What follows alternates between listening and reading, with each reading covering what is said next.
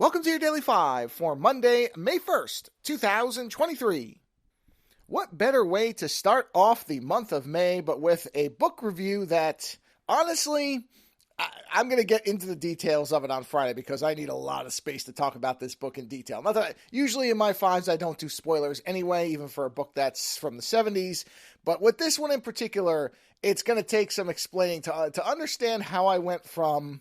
I don't know if I did. I don't think I talked a little bit about this book maybe in a couple of the main shows, but for a while with this book, I thought it was just going to be one that I would say, hey, you know what? If you're looking for something that's Frankenstein themed and you don't have anything better to read, this is not a bad book to read. And my review probably would have held at that. It really wouldn't have gone far past that. But at about the 75% mark with this book, things went in a couple of different directions so drastically that this is an example of the ending saved, not even saved. The book was not bad. So this is a review of Frankenstein Unbound by, I don't remember Aldrich is the last name. Is it Edmund Aldrich? But I'll have a link to it, of course. And we did the movie review, and then I said I was reading the book, and I think I mentioned it a couple of times. So I've now finished the book.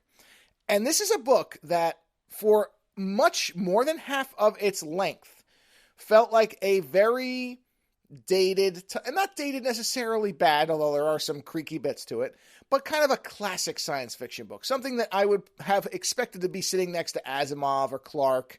Just kind of a classic, somewhat safe science fiction book that was playing around with some deeper themes. Certainly, definitely playing around with some philosophical themes, the idea of science and religion combating each other, but stayed within a pretty safe area where I think most people probably could have read this, and I wouldn't have had even a problem giving it to younger children. Not really young children, but, this for a while seemed like it was a kind of all-ages book. Maybe that's the way to put it.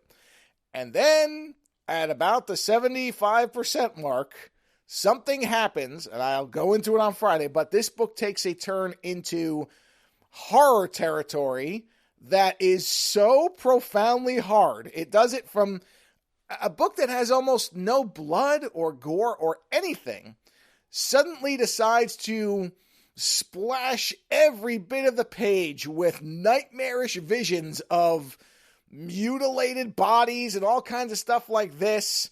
And it was so unexpected from where the book had been. I think that's the way to put it. It's almost like in Willy Wonka. You know the Willy Wonka part, the original movie, of course, the good one, not any of these other things that are coming. But where everything seems kind of a little bit strange, but basically it's a kid's chocolate factory, and then they go through the tunnel on the boat. It's like that. The end of this book is the Willy Wonka boat tunnel. That's really what it is. Whereas before it had been, oh yeah, look, it's a candy factory. Oh, okay, and the Oompa Loompas are a little weird, and I don't know what's going on here, and Willy Wonka himself seems like maybe he's missing a couple of marbles, but, we're in a candy factory. How bad could it be? It's, it's candy. It's candy. Look, there's a chocolate river, stuff like that. And, oh yeah, kid got sucked into it too, but even that doesn't seem all that terrible. You don't think he's dead necessarily. But then you go into that tunnel and things go insane. And at that point, you don't know what's coming next. The tunnel is the whole end of this book. Now, it does, as I think I've said before, it does largely follow the story of the movie. Or the story of the movie, I guess, largely follows the book. So that part, the basic frameworks are familiar. But what this book does in its finale is so far past what the movie even... the movie never even got close to what this stuff is. So, again, I know I'm dancing around it, but I will get into it on Friday. But just in case anybody doesn't want to know and wants to read the book purely and get this for themselves. But and I just wouldn't have time. Even if I wanted to spoil the whole thing, it would take so far past 5 minutes, it wouldn't matter. I'm already almost at 4.5. But I will just say that this is a book where for a long time you might not be expecting much from it. And then when I tell you this thing sucker punches you, when it gets to the later part of the book, the last quarter of it, boy, does it. It's something. It really changed my entire view of the book and made it a book that I absolutely love now because, wow, it just does. And it's not like it goes on for necessarily all that long, but it is such a severe change from what was before. Not out of character in terms of the book. The themes, it all makes sense. I'm not saying it's nonsensical.